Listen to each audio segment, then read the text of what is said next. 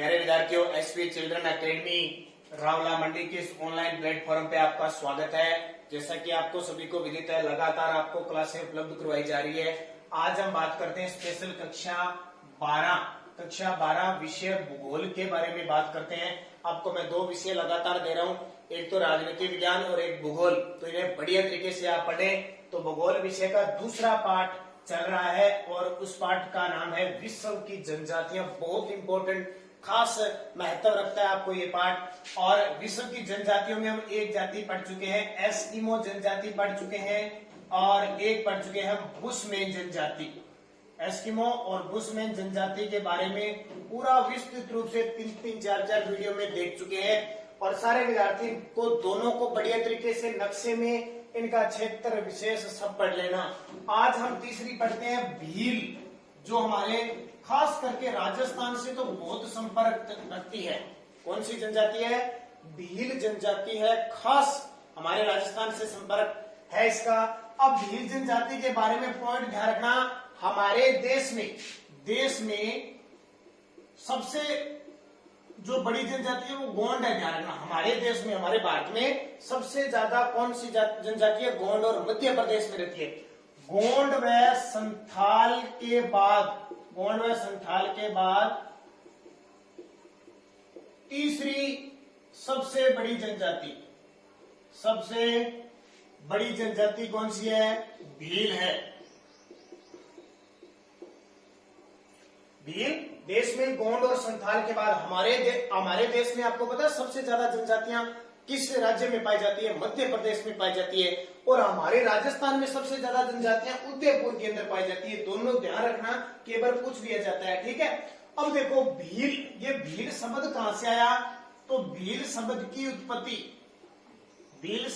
उत्पत्ति द्राविडियन भाषा होती है, भाषा के बिल्लू से बना है। बिल्लू, ठीक है। इस बिल्लू का अर्थ होगा तीर चलाने वाला, धनुष बाण रखने वाला या तीर चलाने वाला इस बिल्लू को कहते हैं। कई लोग इनको धनुष तीर बाण से ये निशाना साधने में बहुत निपुण होते हैं, तो इनको माना जाता है। क्योंकि अलग अलग लोग हैं, अलग अलग इतिहासकार भूगोलवेत्ता अलग अलग बताते हैं। जैसे कुछ बताते हैं कि ये महादेव के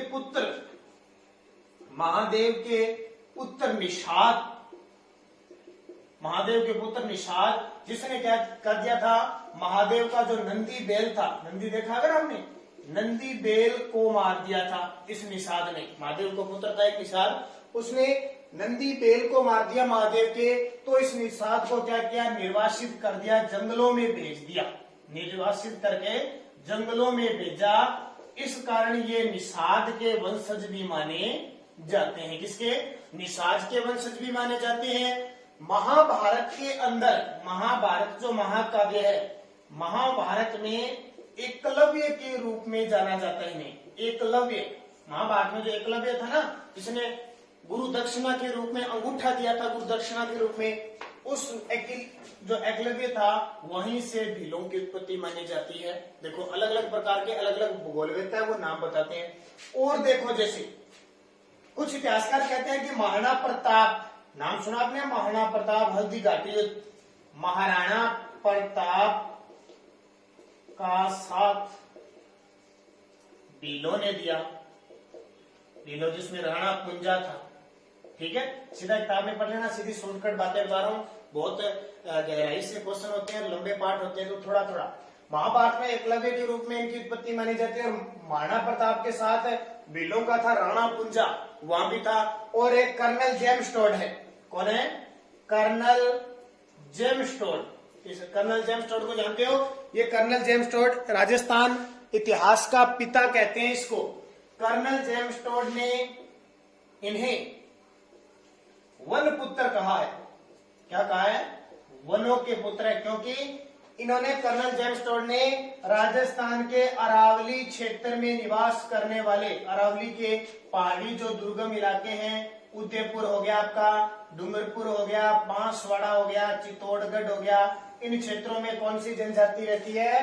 ये भील जाति रहती है। तो दोबारा देखो, देश में गोंड व संथाल के बाद तीसरी बड़ी जनजाति है भील शब्द की उत्पत्ति द्रविड़न भाषा बिल्लू से हुई है, और बिल्लू का अर्थ होता है तीर चलाने वाला।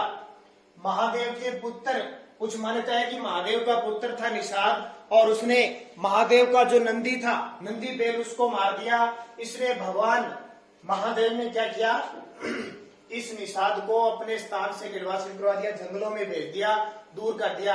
और वही निषाद की पूर्व ये वंशज है, वो क्या कहलाते हैं, भील कहलाते हैं। महाभारत में जो एकलव्य की जानकारी मिलती है, उनका संबंध भी किससे माना जाता है, भील से। महाराणा प्रताप के साथ हल्दी घाटी का युद्ध हुआ था, अकबर के साथ, उसमें जो राणा पुंजा होते हैं, उनका संबंध भी किससे होता है, भीलों से। और कर्नल जेम्स टोड ने इन्हें वन पुत्र कहा है, कर्नल जेम्स टोड ने वन पुत्र कहा है, क्योंकि ये कहते हैं कि राजस्थान का जो दक्षिण का क्षेत्र है, अरावली पर्वतमाला, वहां ये जनजाति जंगलों में निवास करती है, अपने समाज में रहती है और वनों की रक्षा करती है, इसलिए क्या कह दिया, वन पुत्र कहा जाता है। तो बात समझ में आ गई। आगे देखो अब भीलों के बारे में। अब भीलों की खासियत कि भीलों की शारीरिक संरचना कैसी होती है, भील है वो कहाँ पाए जाते हैं और शारीरिक संरचना कैसी होती है, ये पढ़ना है। तो देखिए ऐतिहासिक दृष्टि से राजस्थान के कहाँ कहाँ पाए जाते हैं, खास करके तो निवास क्षेत्र, देखिए थोड़ा सा आगे हो रहेगा निवास क्षेत्र राजस्थान में। तो एक तो देखिए डूंगरपुर का स्थान है डगारिया, डूंगरपुर, बांसवाड़ा का बासारिया, बासिया, बांसवाड़ा, ठीक है। जैसे कि जिले याद कर लेना, जरूरी नहीं इनको नाम याद करना। बासिया, फिर कोटिया, कोटिया का पे कोटा में, और उदयपुर के देआवा उदयपुर में। इन क्षेत्रों में राजस्थान में भील जनजाति सर्वाधिक पाई जाती है। आपसे पूछे देश के किस राज्य में सर्वाधिक भील जनजाति पाई जाती है, तो राजस्थान में। किन किन क्षेत्रों में, डगारिया, डूंगरपुर, बासिया, बांसवाड़ा, कोटिया, कोटा और देआवा उदयपुर के अंदर भील जनजाति पाई जाती है। अब इनकी जो संरचना है वो किस प्रकार के होते हैं, ये लोग नाट्य होते हैं। शारीरिक संरचना देखें तो लोग नाट्य होते हैं, छोटे कद के होते हैं, ध्यान रखना। इनका जो रंग होता है वो काला होता है, रंग कैसा होता है, काले रंग के होते हैं। इसके अलावा आंखें लाल, बाल रूखे, आंखें लाल, बाल रूखे, ठीक है। आंखें इनकी क्या होती है, लाल होती है, बाल रूखे होते हैं। जबड़ा कुछ बाहर निकला होता है, जबड़ा कुछ मात्रा में बाहर निकला होता है। देखो आपने आजकल मीणा तो देख रखे हैं, मीणा जनजाति तो देख रखी है ना, अपनी तरह ये मीणा जनजाति तो और अपनी तरह से सिस्टम से रहती है, क्योंकि वो शिक्षित हो गई। भील अभी तक जंगलों में रह रही है, तो वो अपने जैसे इनकी संस्कृति है ना, वैसे ये वहां काम कर रहे हैं। उनका शरीर, इन भीलों का शरीर क्या है, सुगठित व सुडौल होता है। शरीर संगठित व सुडौल, ठीक है, क्योंकि कठिन परिश्रम करते हैं। शरीर संगठित व सुडौल होता है। ये लोग परिश्रमी और ईमानदार होते हैं। देखो कितनी बड़ी बात, ये भी बताया था मैंने, खूब परिश्रम करते हैं। ये परिश्रमी व ईमानदार होते हैं, परिश्रमी व ईमानदार होते हैं। इसके अलावा चोरी करने को धार्मिक पाप मानते हैं, चोरी को धार्मिक पाप मानते हैं, चोरी नहीं करते, धार्मिक पाप मानते हैं। और ये आजाद प्रेमी हैं, ये आजादी के प्रेमी हैं, आजादी के प्रेमी हैं, ठीक है। ये इनकी क्या होगी, शारीरिक संरचना, इनकी विशेषता होगी। फिर हम इसमें निवास क्षेत्र पढ़ेंगे क्या है।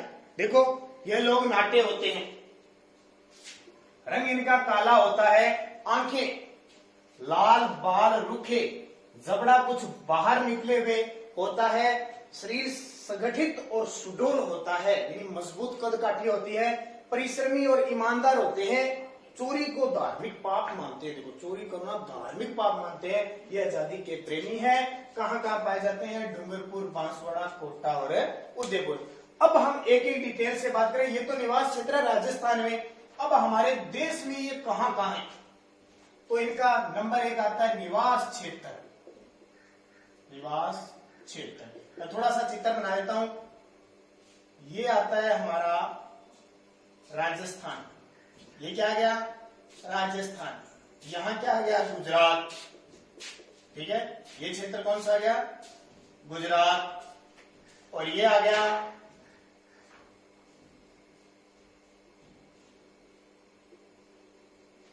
महाराष्ट्र। और ये आ गया आपका मध्य प्रदेश।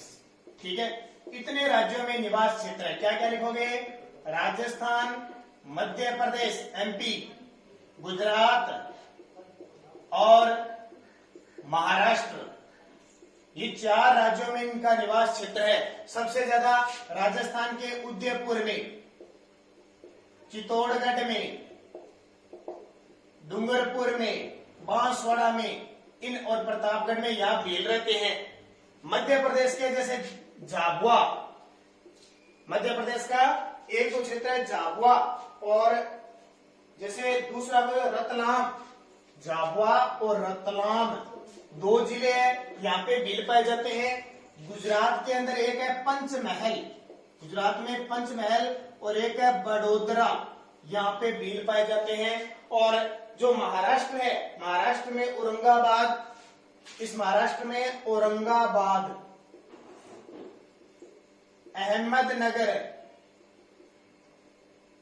औरंगाबाद, अहमदनगर, नासिक, इन क्षेत्रों में भील जनजाति पाई जाती है। तो ये इनका निवास क्षेत्र है। राजस्थान, मध्य प्रदेश, गुजरात, महाराष्ट्र, और इनकी तहसीलें और इनके जिले दे रखे हैं जहां जहां ये पाई जाती है। तो ये आपके लिए इंपॉर्टेंट। अब देखो कई बार पूछ रहे थे पहाड़ियां, तो हमारे राजस्थान में तो है अरावली पर्वतमाला।